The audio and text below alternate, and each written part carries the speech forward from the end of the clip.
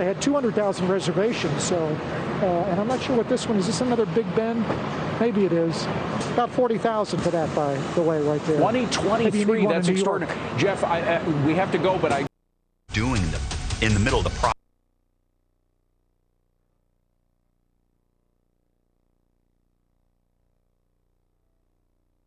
Breathable, moisture wicking, ridiculous.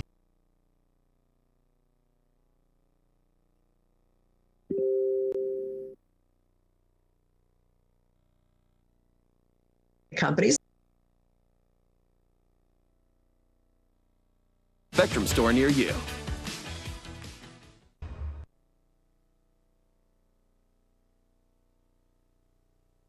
Hi, I'm Jane King, and thank you for watching. This show is all about public, private, and blockchain companies. We bring you the innovators behind the companies making the headlines in that space. Some are sponsored, some are invited, all are curated and focused on telling you, the viewers, their story. Here we go.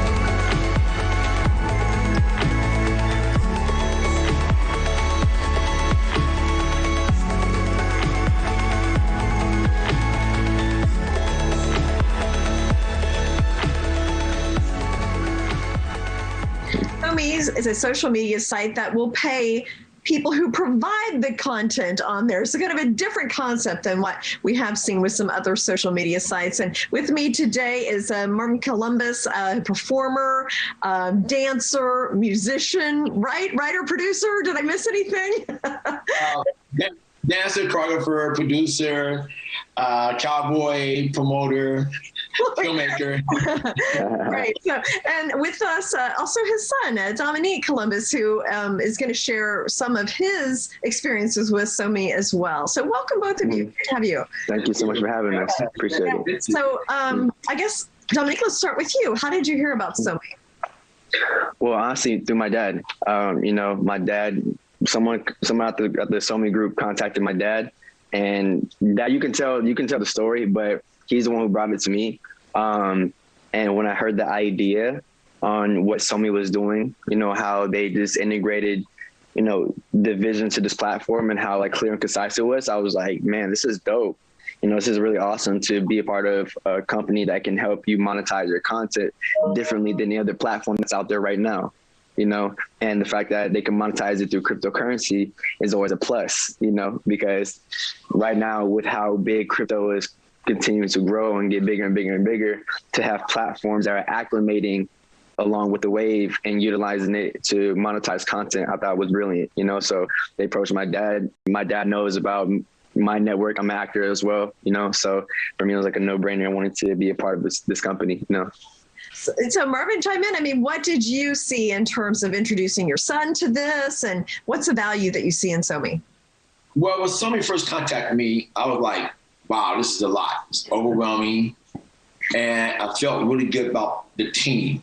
I got to go by how I feel about the people first, not just the content. And I was like, this is going to be amazing, but I can't do this without my son. Because my son, being the actor he is, and all the TV shows, hit movies, and all his influencers, and he's all into the cryptocurrencies. He's very, very smart young man. And I said, okay, let me call my son first and see what he thinks. And he said, Dad, we got to get involved with this. It's going to be amazing. I'm like, okay, let's do it. And we did Zoom calls and meetings with Kelly and Brad and Christopher, and they were just amazing people. And absolutely hit it off. And I'm so excited with all the stuff we got going on. I'm working on a show in Vegas with Rico Suave and Lisa Fiorillo through SoMee, and me and my son got movies together. We got dance film, got the Ken Norton story with SoMee. So pretty much what we're gonna be doing, SoMee's gonna be involved. Yeah. Well, and that's a nice lead into Dominique and your trip to Egypt, which you're going to be incorporating some of your SoMee work with us. So can you talk about that? Yeah. Yeah, so my roommate is actor as well. The way me and him actually met is we did a movie together 2 years ago called Lolo. It's on Amazon Prime right now. You guys can check it out.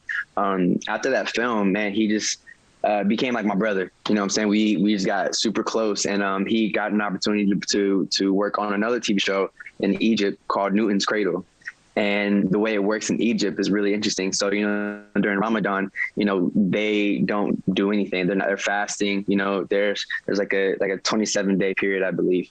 And during the time frame of Ramadan, they put out these shows, you know, and they're like, how can I say? They're kind of like, they're not like soap opera type of shows, but it's like you know, you watch a new episode every single day to see what's going to happen.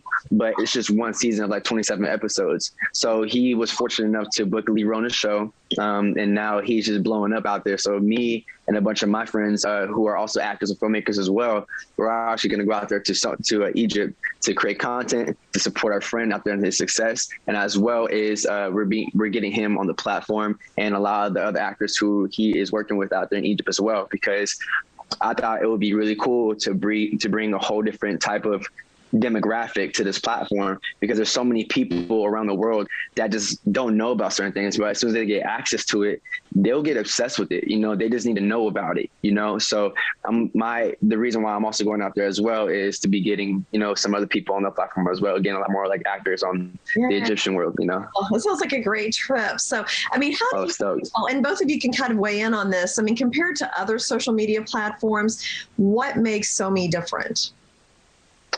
For me, I just like something new and fresh, and the fact that you can, you know, get paid by posting, getting likes, that's amazing. I mean, what other platform does that? You know what I mean? And like I said, we're both connected in different avenues of show business, you know, and I got friends in London, England, I got friends all over the world, and Australia, and I'm talking about SoMee because even my show I'm doing in Vegas, I was saying that SoMee's going to stream that worldwide. You know, so I'm like, and Dom going to Egypt, and you know, one thing about Dom, you know, not only he's an actor, he's well connected in the influence world, you know, and we're having a big movie out right now with Johnny Depp. It's gonna be huge, and SoMee it's just a good team of people. I like the energy. I learned a lot about energy with my son. Yeah. You know, the team of SoMee, they're good energy. You know, that feels good to me. Well, thank you so much, Marvin and Dominique, for joining us and telling your stories. Best of luck on your trip, Dominique. Thank you so much. Yeah, come back. Appreciate that. When you get back. Oh, absolutely. You know, we're gonna have more stories. I'm gonna be vlogging when I'm out there too. I'm actually creating like a whole vlog so I can be able to be ready to post it. So, man, you'll be seeing that soon. Great. All right. Thank you guys so much. Thank you so much. Appreciate you. Bye-bye. Yeah, you have a good one. Bye-bye.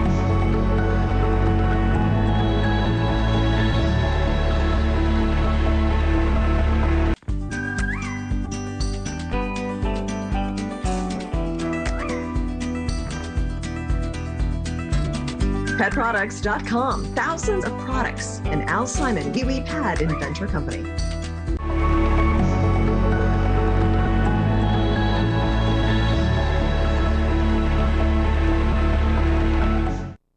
Fandom Esports is a new way for people to interact with both esports and sports with real-time data. And with me is the CEO, David Vinokurov, who will explain more about what Fandom is doing. So welcome, David. Great to have you.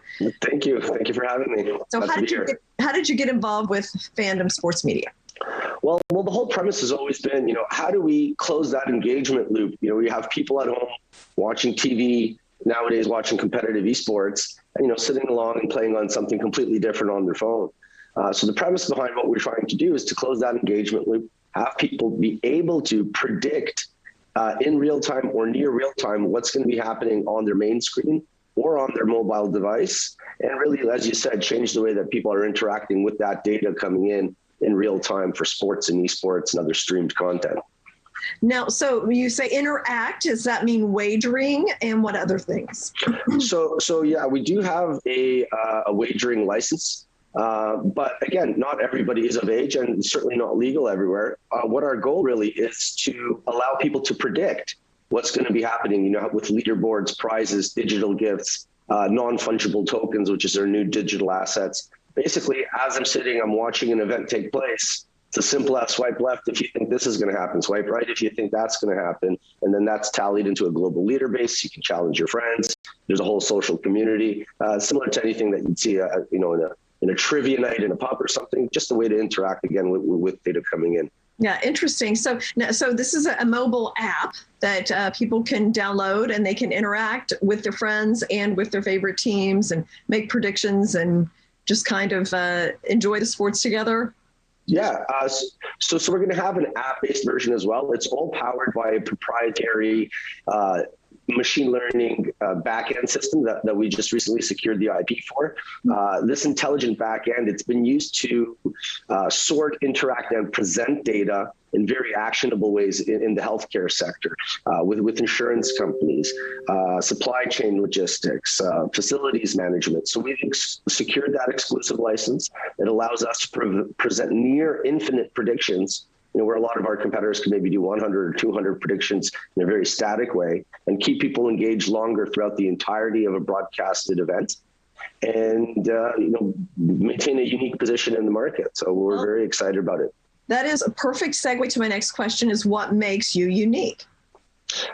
Yeah, so like I said, the amount of predictions that we can generate, the velocity with which that we can present them in a simple, clean user interface is completely separate than what you would see on any other type of wagering site, period. The ability for us to then apply that in a gamified way outside of wagering and increase fan engagement across all stream types of content, again, is a unique proposition that we're going after because we can present that data in new, unique, and faster ways than our competitors can. Mm-hmm.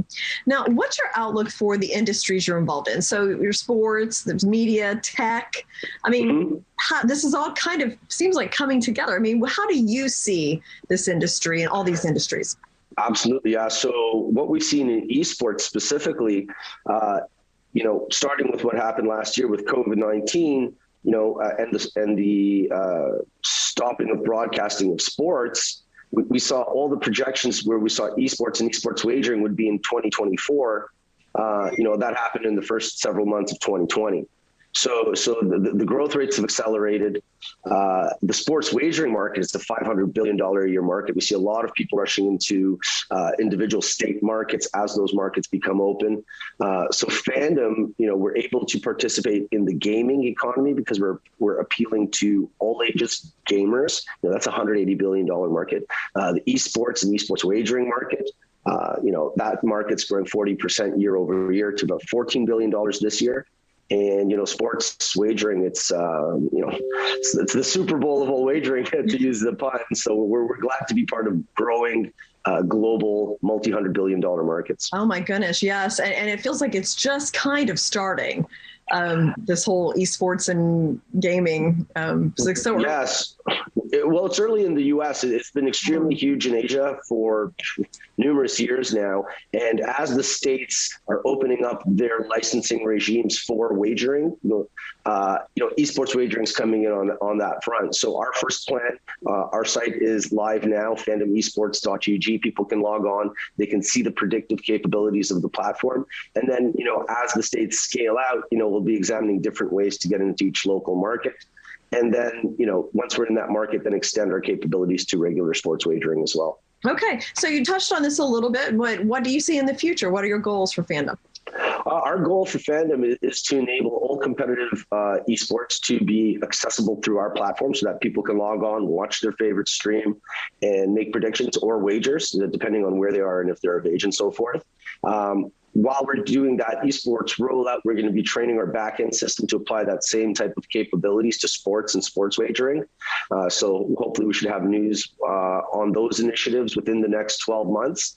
And our larger goal is just to fandomize everything, take predictions and polls as you're watching any type of content. And why not, if someone's watching The Bachelor, we're going to predict who's going to get a rose, right? That'd be lots of fun. That's the opportunities are endless. Yes. Yeah, we just want to fandomize the world, basically. Okay. Well, thank you. And come back with updates as you add new features and so forth. So thank you so much, David. Thank you so much as well. I'm glad to be here.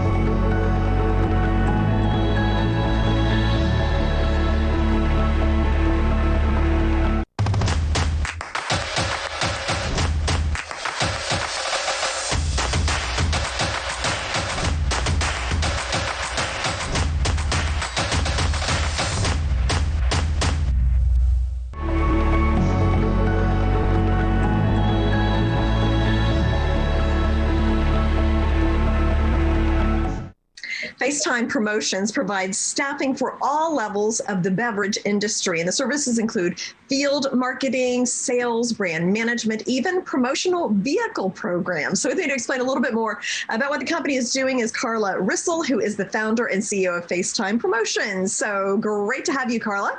Hi, Jane. Nice to have you. Thanks for visiting today. So let's just start with just kind of an overall company profile. I gave a little bit of a hint, but go into more depth about what you do.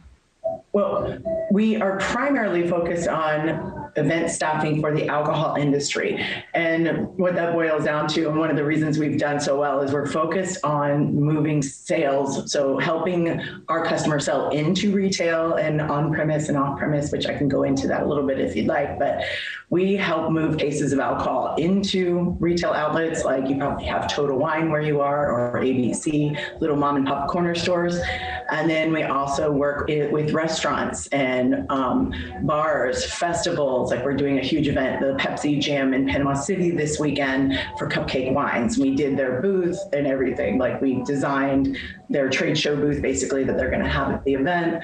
So there's really no end to it. We also help with brand ambassador programs. We do store surveys. So if someone sells in a 100-case display, we can help them go make sure that those displays are put up properly. Just anything to do with the alcohol industry and moving those cases through and helping our partners, which are the distributors and suppliers, get more product into the market and more liquid to lips. Okay. I like to say we help get bottles into hearts and carts. Liquid to lips. I'm going to borrow that one.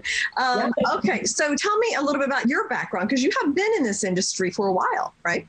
Yeah, I was looking at it today. I'm like, wow, we started in 2004 and it was just me and a computer. And for years, I was able to do that. And just in the last couple of years, I realized I can't handle all of the volume. I started out in the beer side of this because I used to work for InBev, which back when I worked for them in 2003, 2002, it was Stella Artois, which everybody knows, Beck's, Bass, Rolling Rock. And we were just little 3% of the portfolio and most of the distributors that we worked with. And in 2004, we sold our import rights in the United States to a company called Budweiser, which now is known as InBev. So when Budweiser took over, I had been used to working for small craft, very cool, like brands like Stella Artois and Boddington's and Hoegaarden. And we were going to be selling Budweiser in the state of Florida. And I decided then that that wasn't really the direction that I wanted to go. And I started my own sampling company, which is FaceTime. And since 2004, I've been kind of plugging along and growing exponentially. Last year, we became public. We started Starstream Entertainment and became public through that vehicle. So FaceTime is now a wholly owned subsidiary of Starstream Entertainment. And that was such fortuitous timing because in June of last year, we had gone public and everything just started getting going. This is right as COVID was taking its grip. Just to give you an idea, we were doing about 1,000 events in March, the month of March of last year. And COVID hit, we went down to 4 events in April.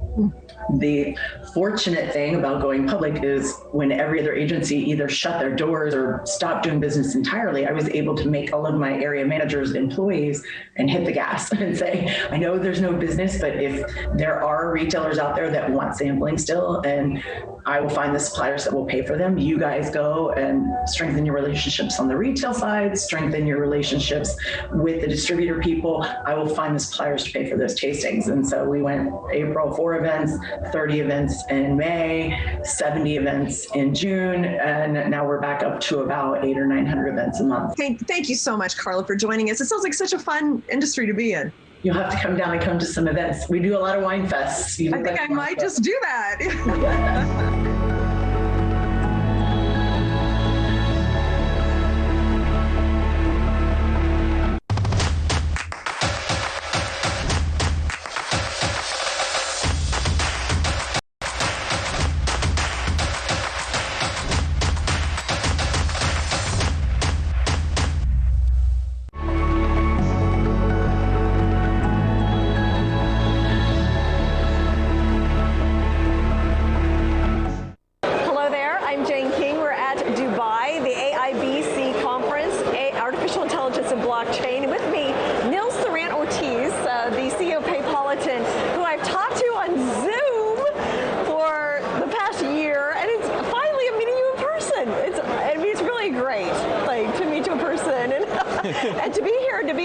socializing again. It's a great thing. Absolutely. So anyway, so now you've told me the story about Paypolitan, how you're kind of disrupting the payment industry. And the last time we spoke, you had a new app. How's that going?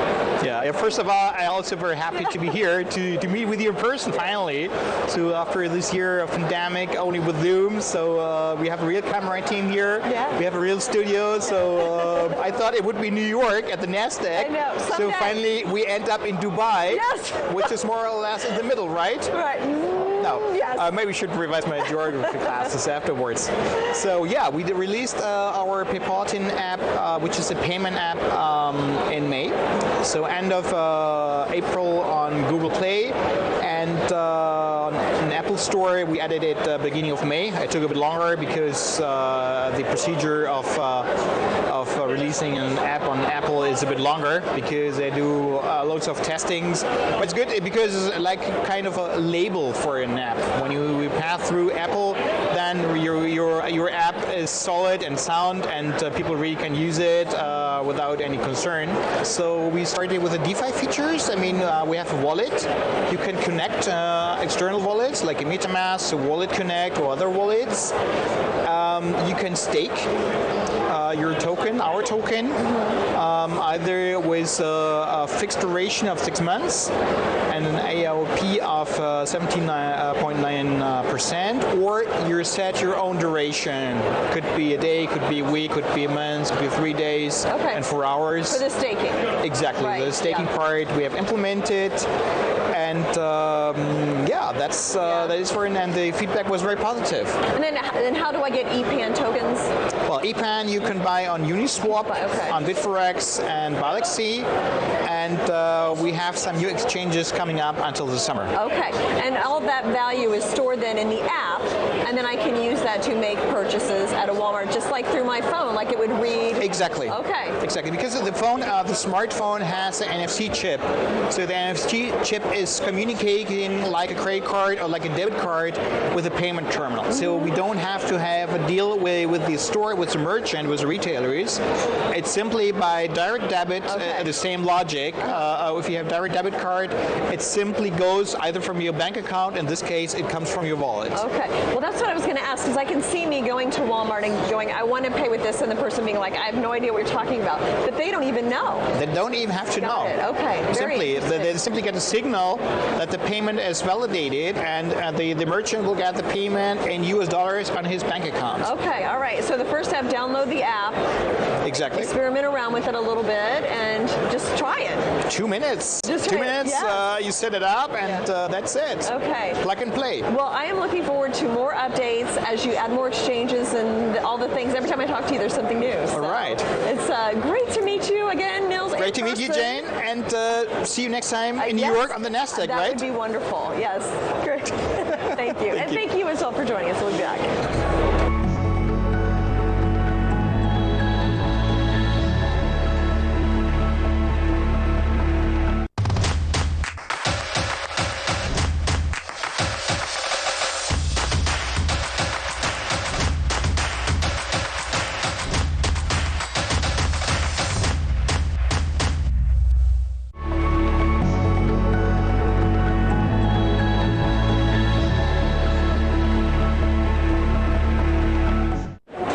SmartKey is working with Orange on a unique blockchain partnership, and with me, I feel like we're friends, Shimon. We've talked on Zoom so many times. Great to see you in person, and I'm very excited that you're going to be breaking this news with us about your partnership with Orange. Can you explain a little bit how you might leverage this partnership with Orange for more global growth? Yes, we want to set up a new communication standard worldwide. Communication standard. I could compare the standard to the Bluetooth technology. Okay. When you have something smartphone with Bluetooth, and the other hand I have That's great. Start over. We are trying to set a new communication standard worldwide with Orange, and this is something like we have this situation today that we have a lack of communication standard between IoT smart solution based on SIM cards on smart devices, and for users that use this smart solution in one way. Now we have thousands of applications for smart homes, for smart cars, and this blockchain rule access control could solve this problem to communicate all the solution in one way. For us, it's a good example is a Bluetooth communication standard when you could use it to connect easily your smartphone with other devices, and you have a guarantee that as a user, you have guarantee that you will buy something compatible with Bluetooth. You have guarantee that you can use your accessories also. Yes, and the same thing we will do with SmartKey, but we gave for smart cities and inhabitants of cities guarantee that where you are using smart services like public transport, like sharing economy cases, renting a car, bikes, or etc., you have guaranteed that you can use this technology in one way. It's a global standard. So I understand you may be expanding this to New York City at some point?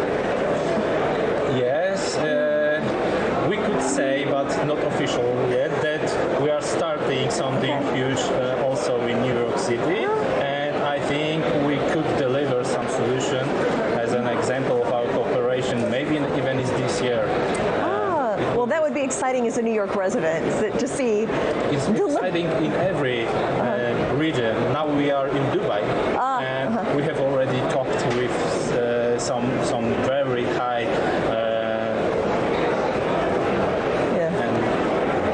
Now we are in Dubai, and also here there is lots of interesting to use our technology in this area also. This is universal technology, and also here there is lots of interesting to use our technology in this area also.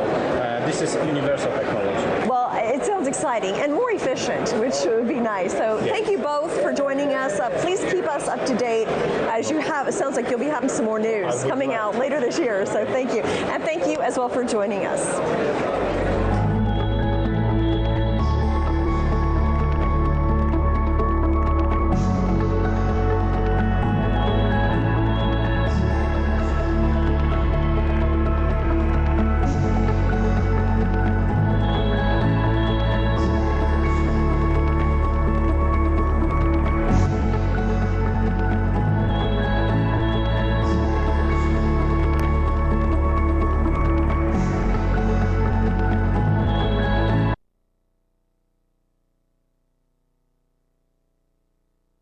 On my show, I put no barriers between myself and my viewer. I don't use jargon. I never talk QE3. I don't use scripts. I just speak into the camera, tell the story, and we're invested together. Fox Business, invested in you. More energy? Patty, what would you do if you had more energy?